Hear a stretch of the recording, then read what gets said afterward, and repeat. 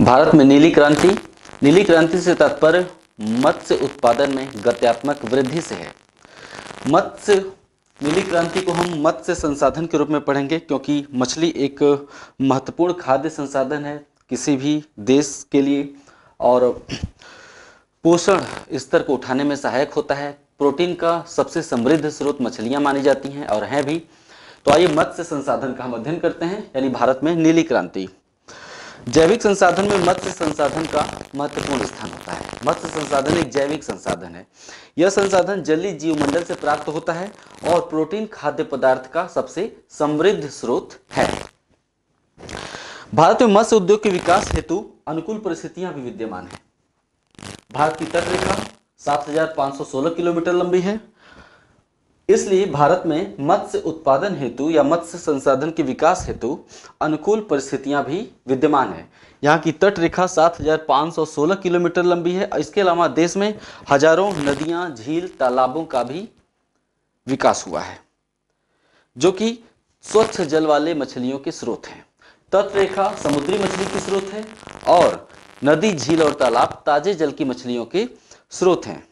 इसके अलावा भारत में सिंचाई की नहरों और धान के खेतों में भी परंपरागत रूप से मछली पालन किया जाता है। मतलब प्राचीन काल से ही भारत में सिंचाई की नहरों और धान के खेतों में परंपरागत रूप से ताजे जल की मछलियों का पालन किया जाता है। इसके अलावा तट रेखा के सहारे अनेक लघुल झील पाए जाते हैं, है ना। तट रेखा के सहारे अनेक लघुल झील, ज्वार नदमुख जैसे नर्मदा और कावेरी ज्वार नदमुख बनाते हैं, है ना। तो अनेक ज्वार नदमुख, लघुल झीलों का विकास हुआ है। और इसके अलावा बहुत से पश्च जल क्षेत्र भी पाए जाते हैं, जैसे आंध्र प्रदेश में पुलिकट, है ना। तो बहुत से यहाँ पे तट रेखा के सहारे ज्वार नदमुख, लघुल झील और पश्च झील क्षेत्र पाए जाते हैं, जो कि भारत के प्रमुख मत्स्य ग्रहण क्षेत्र हैं। भारत में मत्स्य संसाधन का महत्व या भारत के लिए मत्स्य संसाधन का महत्व क्या हो सकता है ना। समुद्र तट रेखा के सहारे ग्रामीण क्षेत्र हैं। जितने भी आपने 7,516 किलोमीटर जो समुद्री क्षेत्र है, इसके आसपास गांव का विकास हुआ है। तो तट रेखा के सहारे जो ग्रामीण क्षेत्र हैं और नदियों के किनारे हम पढ़ रहे हैं भारत के लिए मत्स्य संसाधन का महत्व। तो तट रेखा के सहारे जो ग्रामीण क्षेत्र हैं और नदियों के किनारे जो ग्रामीण क्षेत्र हैं, वहां पर रहने वाले लोगों के लिए मत्स्य उत्पादन परंपरागत रूप से जीवन निर्वाह का स्रोत रहा है, उनकी आजीविका का माध्यम रहा है परंपरागत रूप से प्राचीन काल से। यानी तट रेखा के सहारे और नदियों के किनारे रहने वाले ग्रामीण क्षेत्रों के लोगों के लिए यह परंपरागत रूप से जीवन निर्वाह का माध्यम रहा है और आमदनी का जरिया रहा है। यह हो गया पहला महत्व, भारत के लिए मत्स्य संसाधन का महत्व। इसमें दूसरा महत्व होगा, भारत में धान के खेतों में, परंपरागत रूप से धान के खेतों में, तालाबों में, छोटे छोटे पोखरों में मछली पालन किया जाता है। आपने देखा होगा धान के खेतों में, पोखरों में, तालाबों में परंपरागत रूप से मछली पालन किया जाता है, जो कि यहाँ के कृषकों के लिए अतिरिक्त आमदनी का जरिया है। खेती करके तो आमदनी करते ही हैं, मछली पालन भी उनके लिए आमदनी का एक महत्वपूर्ण जरिया रहा है। और धान की खेती के अंतर्गत दुनिया में सबसे ज्यादा क्षेत्रफल कहाँ पाया जाता है? भारत में पाया जाता है। तो यहाँ पे धान के खेत भी एक तरह से मछली ग्रहण के क्षेत्र हैं और स्थानीय कृषकों के लिए आमदनी का एक जरिया बन जाते हैं। धान के क्षेत्र, धान की फसल से तो आमदनी होती है, उसमें मछली पालन करके भी अतिरिक्त आमदनी हो जाता है, क्योंकि धान की खेती के अंतर्गत सबसे ज्यादा क्षेत्र दुनिया में कहाँ है? भारत में है। तीसरा महत्व, मत्स्य संसाधन जल संसाधन की उपयोगिता को बढ़ा देता है, क्योंकि जल संसाधन में ही मत्स्य संसाधन निवास करता है। चौथा, मछलियां सर्वाधिक प्रोटीन युक्त खाद्य पदार्थ होती हैं और पोषण स्तर को उठाने में सहायक होती हैं। जिस तरह से देश की जनसंख्या तेजी से बढ़ती चली जा रही है, ऐसे में देश की खाद्य सुरक्षा को मजबूत बनाने में मत्स्य संसाधन का अपना योगदान है। ये हो गया भारत के लिए मत्स्य संसाधन का महत्व, जो आपने पढ़ा भी। धान के खेतों, तालाबों, पोखरों में मछली पालन भारतीय कृषकों के लिए अतिरिक्त आमदनी का जरिया रहा है। मत्स्य संसाधन जल संसाधन की उपयोगिता को बढ़ा देता है। मछलियां सर्वाधिक प्रोटीन युक्त खाद्य पदार्थ होती हैं और शरीर में पोषण तत्वों के संतुलन में सहायक होती हैं। भारत जैसे विशाल आबादी वाले देश में खाद्य सुरक्षा को मजबूत बनाने में मत्स्य संसाधन का अपना योगदान है। अब आगे का परिदृश्य देखते हैं। नीली क्रांति। 1970 के दशक में मछली उत्पादन में गत्यात्मक वृद्धि लाने, मत्स्य उद्योग का मशीनीकरण करके उसका आधुनिकीकरण करने और देश से मछली की निर्यात को बढ़ाने के लिए नीली क्रांति कार्यक्रम का सूत्रपात किया गया। इससे देश में मछली उत्पादन में गत्यात्मक वृद्धि हुई और देश की अर्थव्यवस्था पर इसका सकारात्मक प्रभाव पड़ा। फिर से 70 के दशक में भारत में मछली उत्पादन में अप्रत्याशित और गत्यात्मक वृद्धि लाने, मछली उद्योग का यानी मत्स्य उद्योग का मशीनीकरण करके उसका आधुनिकीकरण करने और देश से मछली निर्यात को बढ़ाने के लिए 70 के दशक में नीली क्रांति कार्यक्रम का सूत्रपात हुआ। इससे देश में मछली उत्पादन में गत्यात्मक वृद्धि हुई और देश की अर्थव्यवस्था पर इसका सकारात्मक प्रभाव पड़ा। कैसे सकारात्मक प्रभाव पड़ा? वो आर्थिक समीक्षा 2016-17 को लेते हैं। नीली क्रांति कार्यक्रम प्रारंभ किया गया, हमने यहां तक पढ़ा है। जो लिखा हुआ है उसमें बहुत सी बातें नहीं लिखी गई हैं, उसके बाद हम लिखेंगे नीली क्रांति कार्यक्रम को प्रारंभ किया, इससे मत्स्य उत्पादन में गत्यात्मक वृद्धि हुई और देश की अर्थव्यवस्था पर इसका सकारात्मक प्रभाव पड़ा। आर्थिक समीक्षा 2016-17 को ले लेते हैं। आर्थिक समीक्षा 2016-17 के अनुसार भारत मछली उत्पादन में चीन के बाद दूसरा सबसे बड़ा देश के रूप में उभरा है और देश में सकल वार्षिक मछली उत्पादन 110 लाख मिलियन टन हो गया है। कितना? 110 मिलियन टन कह रहा हूं, 110 लाख टन यानी 1 करोड़ 10 लाख टन वार्षिक मछली का उत्पादन रहा। 110 लाख टन किस वर्ष में? वर्ष 2016-17 में। इस अनुसार भारत चीन के बाद दूसरा सबसे बड़ा मछली उत्पादक देश बन गया है। ताजे जल की मछली उत्पादन में भी चीन के बाद भारत का दूसरा स्थान है। ताजे जल की मछली उत्पादन यानी तालाब, झील, पोखर, नदी और नहर और धान के खेतों में जो मछली उत्पादन किया जाता है उसे ताजे जल का मछली उत्पादन कहते हैं। तो ताजे जल के मछली उत्पादन में भी चीन के बाद भारत का दूसरा स्थान है। वर्तमान समय में हमारे देश में मत्स्य व्यवसाय में कुल 6 लाख लोग लगे हुए हैं। वर्तमान में हमारे देश में मत्स्य व्यवसाय में लगभग 6 लाख लोग लगे हुए हैं।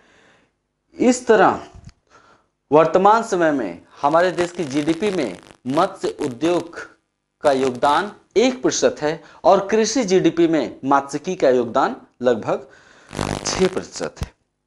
वर्तमान समय में हमारे देश के जीडीपी में मत्स्य उद्योग यानी मात्स्यिकी का योगदान 1% और कृषि जीडीपी में इसका योगदान लगभग 6% है। वर्तमान समय में 70% मछली उत्पादन मशीनीकृत सेक्टर से होता है। हमारे देश में 70% मछली उत्पादन मशीनीकृत सेक्टर यानी जहाजों और मशीनों की सहायता से होता है। 1985 में हमारे देश में मछली पकड़ने का कोई भी बड़ा जहाज नहीं था।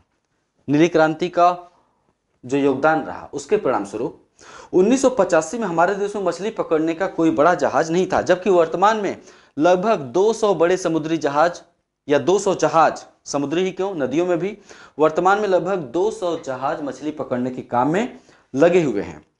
मछलियों के नस्ल विकास के लिए वर्तमान समय में 80 अनुसंधान केंद्र बनाए गए हैं जो मछलियों के नस्ल विकास के लिए अनुसंधान कार्य करते हैं। जल के नीचे मछलियों के स्रोतों का पता लगाने के लिए प्रतिध्वनिक गंभीरता यंत्र का प्रयोग किया जाता है। जल के नीचे मछलियों के स्रोतों का पता लगाने के लिए प्रतिध्वनिक गंभीरता यंत्र यानी सोनार उसको कहते हैं, उसका प्रयोग किया जाता है। और सागरी भाग में मछलियों को पकड़ने के लिए ड्रिफ्टर और ट्रावलर नामक यंत्रों का प्रयोग किया जा रहा है। समुद्री भाग में मछलियों को पकड़ने के लिए ड्रिफ्टर और ट्रावलर नामक मशीनों यानी यंत्रों का प्रयोग किया जा रहा है। इन उपलब्धियों का परिणाम यह है कि जहां 1985 की बात कर रहा हूं, तुलना करते हैं 1985 और अब। इन उपलब्धियों का परिणाम यह है कि जहां 1985 में हमारे देश का 100% मछली उत्पादन तट रेखा से 16 किलोमीटर के भीतर किया जाता था। फिर से बता रहा हूं, इन उपलब्धियों का परिणाम यह है कि जहां 1985 में देश का 100% समुद्री मछली उत्पादन तट रेखा से 16 किलोमीटर की दूरी के भीतर किया जाता था, वहीं वर्तमान में 70% मछली उत्पादन तट रेखा से 16 किलोमीटर की दूरी के भीतर किया जाता है और बाकी 30% समुद्री मछली उत्पादन गहरे समुद्री भागों से किया जाता है। किस लिए? क्योंकि हमने मछलियों के स्रोतों का पता लगाने की तकनीक विकसित की और ड्रिफ्टर और ट्राउलर जैसे यंत्रों का विकास किया गहरे समुद्री भागों से मछली पकड़ने के लिए। तो इन उपलब्धियों का परिणाम यह है कि वर्तमान में 70% समुद्री मछली उत्पादन तट रेखा से 16 किलोमीटर दूरी के भीतर होता है और 30% समुद्री मछली का उत्पादन गहरे समुद्री भाग से किया जाता है। देश के मत्स्य व्यवसाय का एक महत्वपूर्ण पहलू भी है।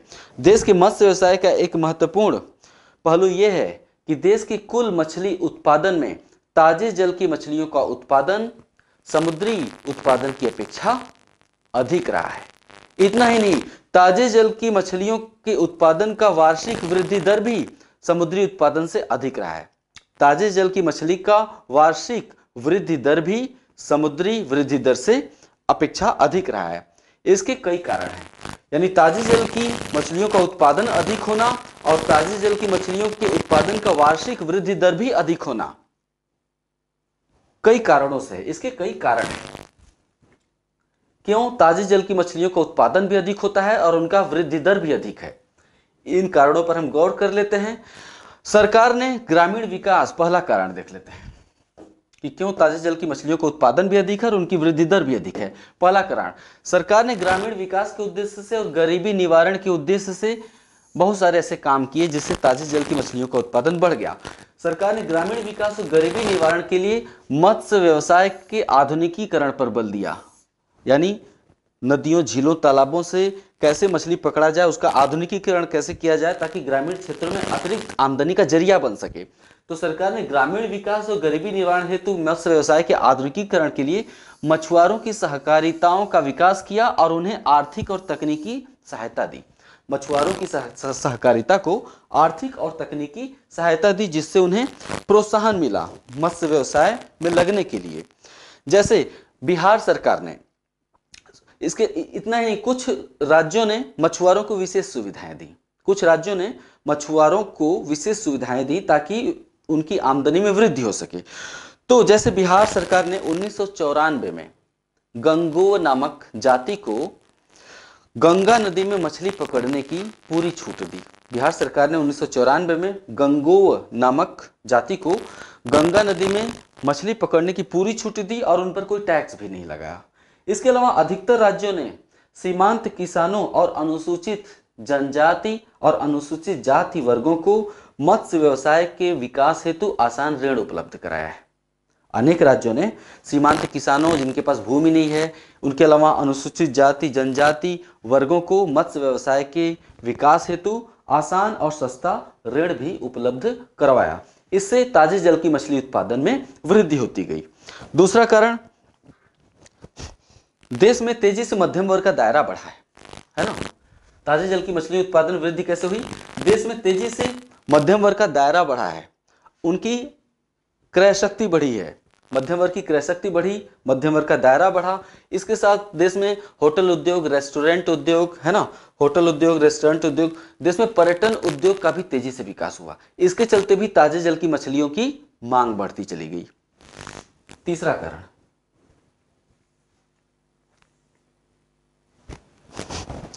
हाँ ठीक है, दो ही कारण है।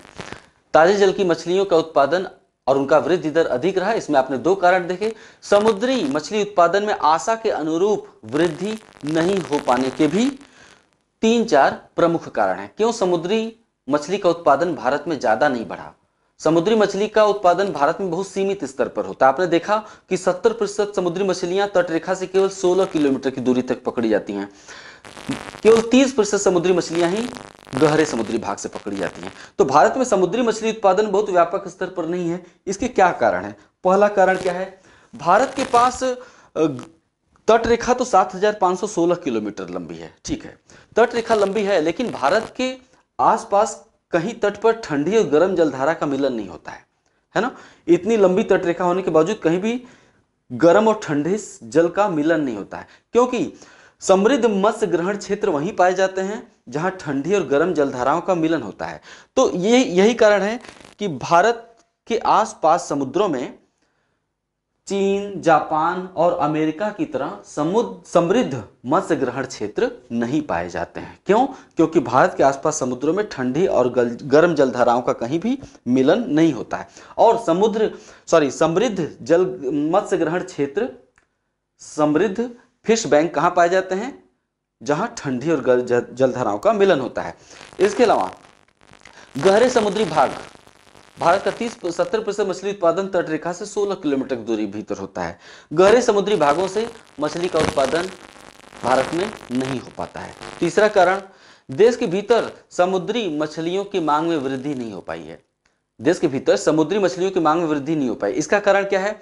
एक तो भारत के आसपास के समुद्रों में अच्छी गुणवत्ता वाली मछलियां नहीं पाई जाती, आसपास के समुद्रों में अच्छी गुणवत्ता वाली मछलियां भी नहीं पाई जाती हैं। और दूसरे, भारत की सप्लाई व्यवस्था इतनी कमजोर है कि तटीय क्षेत्रों से आंतरिक क्षेत्रों में मछलियां पहुंचाने तक वे सड़ जाती हैं। भारत में अच्छे प्रशीतन गृह नहीं है, भारत में आपूर्ति व्यवस्था और परिवहन का कार्य मंद है। इसके चलते मछलियां आंतरिक क्षेत्रों में पहुंचने से पहले ही ज़्यादातर मछलियां खराब हो जाती हैं, और जो पहुंच भी पाती हैं वो लोगों को पसंद नहीं आ पाती, क्योंकि उनकी गुणवत्ता काफ़ी घट जाती है। तो इस कारण देश के भीतर समुद्री मछलियों की मांग में वृद्धि नहीं हो पाई। अगला कारण, अंतर्राष्ट्रीय बाजार में प्रतिस्पर्धा है। चीन, जापान, अमेरिका की मछलियां गुणवत्ता में अच्छी होती हैं और साथ में सस्ती बिकती हैं, जबकि भारतीय मछलियां गुणवत्ता में खराब होती हैं और महंगी बिकती हैं। इसके चलते अंतर्राष्ट्रीय बाजार में प्रतिस्पर्धा ने भी समुद्री मछली उत्पादन को हतोत्साहित कर दिया है।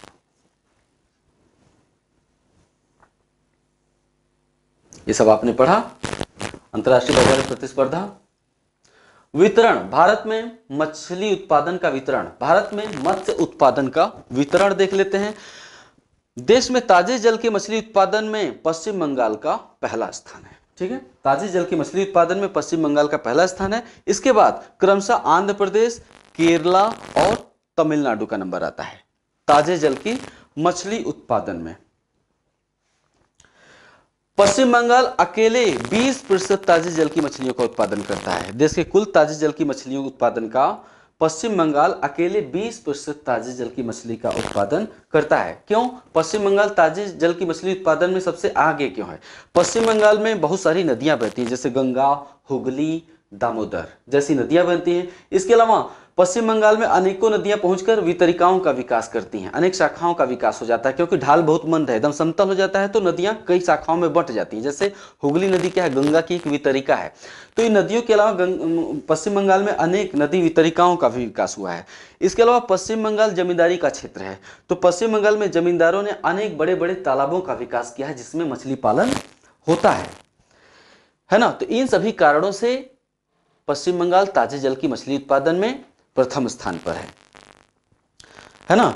चाहे नदियां हों, उनकी वितरिकाएं हों, जमींदारों द्वारा विकसित तालाब हों, और इतना ही नहीं, पश्चिम बंगाल में धान की खेती के अंतर्गत सबसे ज्यादा क्षेत्रफल है। धान की खेती भी पश्चिम बंगाल में सबसे ज्यादा होती है। इसके चलते भी ताजे जल के मछली उत्पादन पश्चिम बंगाल में ज्यादा होता है। यानी ये सभी पश्चिम बंगाल में ताजे जल की मछली उत्पादन के प्रमुख स्रोत हैं। नदियां, वितरिकाएं, जमींदारों द्वारा विकसित तालाब और धान के खेत, ये सभी पश्चिम बंगाल में ताजे जल की मछली उत्पादन के प्रमुख स्रोत हैं। पश्चिम बंगाल की खाद्य संस्कृति में भी चावल मछली का विशेष स्थान है ना। इसके चलते भी पश्चिम बंगाल में मांग में वृद्धि होती गई, जिससे उत्पादन को बल मिला। पश्चिम बंगाल में गंगा नदी मंद प्रवाह से बहती है। वहां पर गंगा नदी बहुत ही मंद प्रवाह से, बहुत ही चौड़ाई लिए हुए बहती है, बहुत ही चौड़ाई लिए हुए और बहुत ही मंद प्रवाह से बहती है ना। जिसके किनारे स्थित जनजातियों ने, और गंगा नदी के किनारे जो जनजातियां हैं, उन्होंने इसलिए मात्स्यिकी को अपना प्रमुख पेशा बना लिया, प्रमुख व्यवसाय बना लिया। परंतु पश्चिम बंगाल में ताजे जल का जो मछली उत्पादन है वो घरेलू मांग से कम है। पश्चिम बंगाल अपनी कुल घरेलू मांग को पूरा नहीं कर पाता है। तो पश्चिम बंगाल का ताजे जल का मछली उत्पादन घरेलू मांग से कम होने के कारण बांग्लादेश से आयात करना पड़ता है, क्योंकि वहां की खाद्य संस्कृति में मछली चावल का प्रमुख स्थान है, इसलिए बांग्लादेश से थोड़ा बहुत आयात करना पड़ता है। वहीं आंध्र प्रदेश देख लेते हैं, है ना। आंध्र प्रदेश क्या है? ताजे जल की मछली उत्पादन में दूसरे स्थान पे है। तो आंध्र प्रदेश में क्या है? गोदावरी और कृष्णा नदी का जो डेल्टा क्षेत्र है वो प्रमुख मत्स्य ग्रहण क्षेत्र है। गोदावरी और कृष्णा नदी का डेल्टा प्रमुख मत्स्य ग्रहण क्षेत्र है, और साथ ही आंध्र प्रदेश में ताजे जल का मछली उत्पादन घरेलू मांग से अधिक होता है, यानी घरेलू मांग आंध्र प्रदेश में जितनी है उससे ज्यादा वहां पर उत्पादन होता है। इसलिए तो इस अतिरिक्त मछली उत्पादन का आपूर्ति कहां की जाती है? उत्तर भारत के महानगरीय क्षेत्रों में। उत्तर भारत के महानगरीय क्षेत्रों में मत्स्य आपूर्ति गोदावरी और कृष्णा नदी के डेल्टाई क्षेत्रों से किया जाता है। नेक्स्ट, इसके अलावा दक्षिण भारत में जो दक्षिणी राज्य है जैसे आंध्र प्रदेश, कर्नाटक, तमिलनाडु, है ना, आंध्र प्रदेश, कर्नाटक, तमिलनाडु, इन सभी राज्यों में तालाब सिंचाई व्यवस्था का विकास हुआ। प्राकृतिक रूप से प्राचीन काल से ही अनेक तालाबों का विकास हुआ है। अनेक प्राकृतिक तालाब पाए जाते हैं। ये तालाब क्या है? मत्स्य ग्रहण क्षेत्रों का काम करते हैं। इनमें प्रमुख रूप से मछली पालन किया जाता है। यदि हालांकि नीली क्रांति का जो प्रभाव है, आपने देखा कि ताजे जल की मछली उत्पादन कहाँ हुआ? पश्चिम बंगाल, कारण देखा, आंध्र प्रदेश, कर्नाटक, तमिलनाडु, कारण देखा आपने, नदी के डेल्टाई क्षेत्र और तालाबों का विकास हुआ है। तो इसलिए यहाँ पर ताजे जल की मछली उत्पादन में ये राज्य अग्रणी है। हालांकि नीली क्रांति का प्रभाव उत्तर प्रदेश, बिहार, उड़ीसा और असम राज्यों पर भी थोड़ा बहुत पड़ा है ना, यानी उत्तर भारत के राज्यों को गिना रहा हूं। नीली क्रांति का थोड़ा बहुत प्रभाव उत्तर प्रदेश, बिहार, उड़ीसा और असम जैसे राज्यों पर भी पड़ा है। लेकिन उत्तर भारत के राज्यों में जनसंख्या दबाव इतना ज्यादा है कि अधिक से अधिक भूमि को खाद्यान्न फसल के अंतर्गत लाए जाने का दबाव है। इसलिए यहाँ पर ज्यादा तालाब नहीं पाए जाते हैं। तालाब संस्कृति का अभाव है। जनसंख्या दबाव के चलते ज्यादा से ज्यादा खेत को फसलों के अंतर्गत लाया गया है, ज्यादा से ज्यादा जमीन को खाद्यान्न फसल के अंतर्गत लाया गया है। तालाबों की भी यहाँ कमी है। इसलिए उत्तर भारत के राज्यों में मत्स्य व्यवसाय का उतना ज्यादा विकास नहीं हो पाया है। क्लियर? अब समुद्री मछली उत्पादन लेते हैं। समुद्री मछली उत्पादन में केरल का पहला स्थान है, उसके बाद गुजरात, महाराष्ट्र का स्थान है और उसके बाद तमिलनाडु, आंध्र प्रदेश। यानी समुद्री मछली उत्पादन में क्रमशः केरला, गुजरात, महाराष्ट्र, आंध्र प्रदेश और तमिलनाडु का स्थान आता है। केरल समुद्री जल की मछली उत्पादन में नंबर 1 है। क्यों? क्योंकि केरल का जो तट है वो वहां पर अनेक लेगुल झीलों की बहुलता है, जैसे वेम्बानाट, अष्टमुदी, क्या है,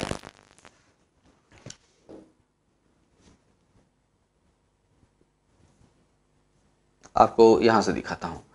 जैसे केरल का जो तट है, केरल समुद्री मछली उत्पादन में नंबर 1 है।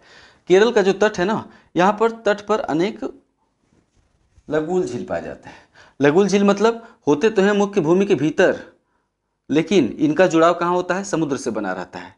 तो केरल में अनेक लगुल झील पाए जाते हैं। इन लगुल झीलों में खारा पानी आता है, समुद्र से आता है।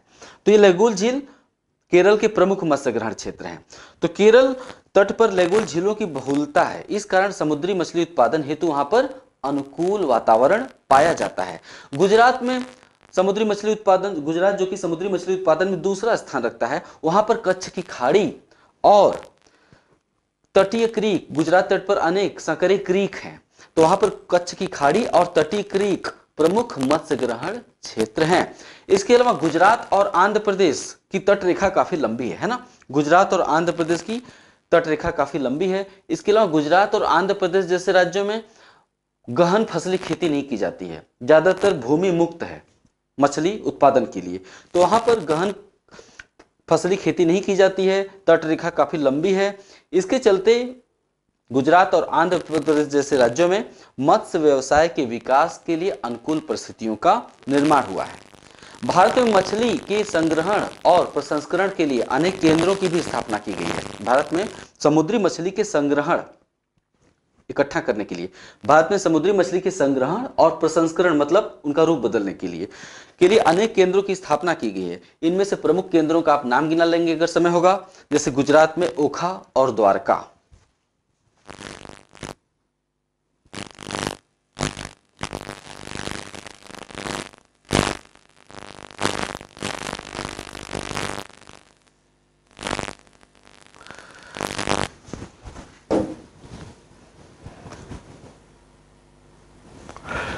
संग्रहण और परिष्करण हेतु समुद्री मछली के संग्रहण और परिष्करण हेतु अनेक केंद्रों की स्थापना की गई है, जैसे गुजरात में ओखा और द्वारका, महाराष्ट्र में रत्नागिरी, केरला में कोच्चि, कालीकट, तिरुवनंतपुरम, इनमें से एक भी नाम गिना देंगे तो बहुत है। तमिलनाडु में रामेश्वरम, तूतीकोरिन, आंध्र प्रदेश में मछलीपट्टनम, पश्चिम बंगाल में डायमंड हार्बर इत्यादि, ये सभी मछली परिष्करण के प्रमुख केंद्र हैं।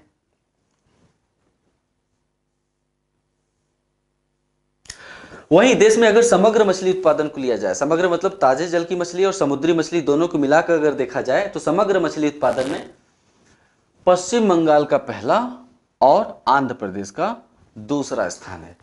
भारत में मत्स्य उद्योग या मत्स्य व्यवसाय की समस्याएं।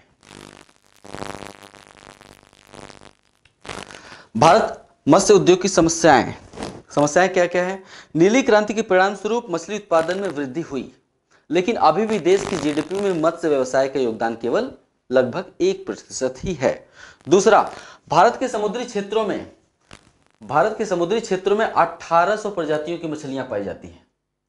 भारत के आसपास समुद्री क्षेत्र में, भारत 3 तरफ से समुद्रों से घिरा है, इन समुद्रों में 1800 प्रजातियों की मछलियां पाई जाती हैं। मछलियों की 1800 प्रजातियां, लेकिन केवल 14 प्रजातियों का ही दोहन किया जाता है। 14 प्रकार की मछलियों का ही यहाँ पर वाणिज्यिक स्तर पर उत्पादन किया जाता है। 1800 प्रकार की मछलियां हैं, लेकिन 14 प्रकार की मछलियों का ही उत्पादन किया जाता है। क्यों? भारत में ज्यादातर उन्हीं मछलियों का उत्पादन किया जाता है जो तट रेखा से 16 किलोमीटर की दूरी के भीतर है, और 16 किलोमीटर की दूरी के भीतर यही 14 प्रकार की मछलियां पाई जाती हैं। भारत का 70% मछली उत्पादन 16 किलोमीटर की दूरी के भीतर होता है, तट रेखा से 16 किलोमीटर की दूरी के भीतर, है ना। तो केवल 14 मछलियों का ही वाणिज्यिक उत्पादन किया जाता है। इनमें से भी 2/3 उत्पादन केवल 2 मछलियों का होता है। इनमें से भी 2/3 उत्पादन केवल 2 मछलियों का किया जाता है। ये 2 मछलियां हैं प्रॉन और श्राइन। प्रॉन और श्राइन यहां पर नहीं लिखा है, इसके बाद आप विस्तार कर देंगे। 1800 प्रजातियां पाई जाती हैं, 14 प्रकार प्रजातियों का ही वाणिज्यिक उत्पादन किया जाता है, और इनमें भी 2/3 उत्पादन केवल 2 मछलियों का होता है, प्रॉन और श्राइन। श्राइन की स्पेलिंग है SHRINE, है ना, जो कि पूर्णतः समुद्री मछली नहीं है। और ये दोनों भी पूर्णतः समुद्री मछली नहीं है, क्योंकि ये दोनों मछलियां बिल्कुल तट रेखा के पास पाई जाती हैं। ये तटीय मछलियां हैं। समुद्री मछलियां अलग होती हैं और तटीय मछलियां अलग होती हैं। ये तटीय मछलियां हैं। इन्हीं 2 मछलियों के उत्पादन से निर्यात में थोड़ी बहुत वृद्धि हुई है। भारत का जो भी समुद्री मछली का निर्यात है, उनमें ज्यादातर योगदान इन्हीं दोनों मछलियों का है। लेकिन इससे यानी केवल 2 मछलियों का ज्यादा उत्पादन होता है, और उसी से हमारा थोड़ा बहुत निर्यात बढ़ा है। लेकिन इससे नुकसान क्या होता है? इससे समुद्री जो पर्यावरण है, तटीय पर्यावरण, तटीय पारिस्थितिकी, उसको बड़ा नुकसान पहुंच जाता है। वहां पे बहुत प्रदूषण होता है। तटीय पारिस्थितिकी या तटीय पर्यावरण मत्स्य व्यवसाय के चलते प्रतिकूल रूप से प्रभावित हो रहा है इससे। अगली समस्या क्या है? भारत की जलवायु उष्णकटिबंधीय है। उष्णकटिबंधीय जलवायु में मछलियों का उत्पादन यानी उत्तम मछलियां नहीं पाई जाती हैं। अच्छी गुणवत्ता वाली मछलियां उष्णकटिबंधीय जलवायु में नहीं पाई जाती हैं। तो यहाँ की जलवायु में अच्छी मछलियों का उत्पादन नहीं हो पाता, और साथ ही जलवायु के चलते, गर्म जलवायु के चलते मछलियां जल्दी नष्ट हो जाती हैं।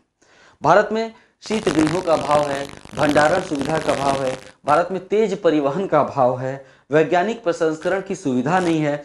ऐसा न हो पाने के चलते भारत में मछलियां जल्दी नष्ट हो जाती हैं। आपूर्ति होने से पहले, खपत होने से पहले ही ज्यादातर मछलियां नष्ट हो जाती हैं, और उनका मूल्य नहीं मिल पाता है। क्यों? क्योंकि शीत गृहों का अभाव है, तेज परिवहन का अभाव, जल्दी उनको पहुंचाया नहीं जा सकता है, इसलिए वो खराब हो जाती हैं। अगली समस्या क्या है? भारत में मत्स्य उद्योग में ज्यादातर निर्धन किसान लगे हैं, कोई पूंजीपति नहीं लगा है। भारत में मत्स्य पालन ज्यादातर निर्धन खेतिहरों द्वारा किया जाता है, निर्धन कृषकों, निर्धन ग्रामीणों द्वारा किया जाता है। वो मत्स्य पालन को निर्वाह अर्थव्यवस्था के रूप में लेते हैं, मत्स्य पालन को पूरक व्यवसाय के रूप में लेते हैं। उसे कमर्शियल स्तर पर नहीं करते हैं, व्यावसायिक स्तर पर नहीं करते हैं। क्यों? क्योंकि एक तो उनके पास पूंजी निवेश की क्षमता नहीं है, तो पूंजी निवेश की क्षमता नहीं होने के कारण आधुनिक यंत्र उन्हें उपलब्ध नहीं हो पाते। तो मत्स्य व्यवसाय को छोटे मोटे स्तर पर करते हैं, केवल पेट पालन के लिए करते हैं, व्यवसायिक स्तर पर नहीं करते। इससे भारत में मत्स्य उद्योग पिछड़ा हुआ है। अगली समस्या क्या है? भारत में मछली उत्पादन संबंधी प्रशिक्षण और सूचना का अभाव है। भारत में मछली पालन संबंधी कुछ सूचनाएं चाहिए थी, आवश्यक सूचना और प्रशिक्षण का भी अभाव है। भारत में मछली पालन और मछली उत्पादन का कार्य अवैज्ञानिक तरीके से किया जाता है, दोषपूर्ण तरीके से किया जाता है। ज्यादातर आंतरिक नदियों, नहरों, तालाबों में मछली पकड़ने का काम पिछड़े तरीके से किया जाता है। इसके चलते क्या होता है कि बड़ी मछलियों को पकड़ने के चक्कर में ज्यादातर अनावश्यक रूप से छोटी मछलियां यहाँ पर मारी जाती हैं, है ना। बड़ी मछलियों को पकड़ते समय अनावश्यक रूप से यहाँ पर छोटी मछलियों का विनाश हो जाता है। अगली समस्या क्या है? भारत में तटीय क्षेत्रों में औद्योगिक गतिविधियों का विकास हुआ है। तटीय क्षेत्रों में औद्योगिक गतिविधियों का विकास हुआ है, जिससे जहरीले रसायन नदियों और समुद्रों में विमोचित कर दिए जाते हैं। भारत में आधुनिक खेती का विकास हुआ है, जो कि रासायनिक उर्वरक और कीटनाशक पर आधारित है। ये जहरीले पदार्थ और कीटनाशक बहकर नदी, झील, तालाबों में पहुंच जाते हैं। तो इसके अलावा हाल के दशकों में रेडियोधर्मी प्रदूषण भी बढ़ा है। जैसे जैसे परमाणु विद्युत की संभावना बढ़ाई जा रही है, उसी तरीके से रेडियोधर्मी प्रदूषण भी भारत में बढ़ता चला जा रहा है। तो रेडियोधर्मी प्रदूषण, औद्योगिक कारखानों से निकलने वाला जहरीला कचरा, आधुनिक खेती के चलते तालाबों, झीलों, पोखरों में कीटनाशकों का बहाव, इन सब के चलते नदियों में और समुद्र तटीय क्षेत्रों में मछलियां काल कवलित हो जाती हैं, है ना, मर जाती हैं अनावश्यक रूप से। तो ये एक तरह से भारतीय मत्स्य उद्योग के पिछड़ेपन को दर्शाता है।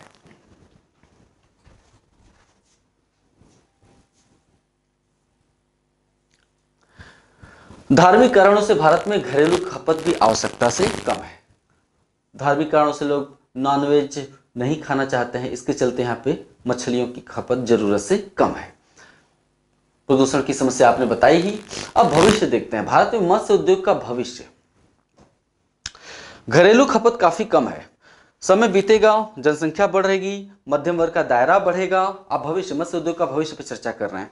सुझाव, ये एक तरह से आपका सुझाव भी है कि जनसंख्या बढ़ेगी, मध्यम वर्ग का दायरा तेजी से बढ़ रहा है, तो जैसे जैसे लोगों के पास पैसा बढ़ेगा, शिक्षा बढ़ेगी, यानी शैक्षणिक स्तर ऊंचा उठेगा, आय का स्तर ऊंचा उठेगा, इससे मछलियों के प्रति लोगों का रुझान बढ़ेगा और मछलियों की मांग धीरे धीरे भविष्य में बढ़ने ही वाली है।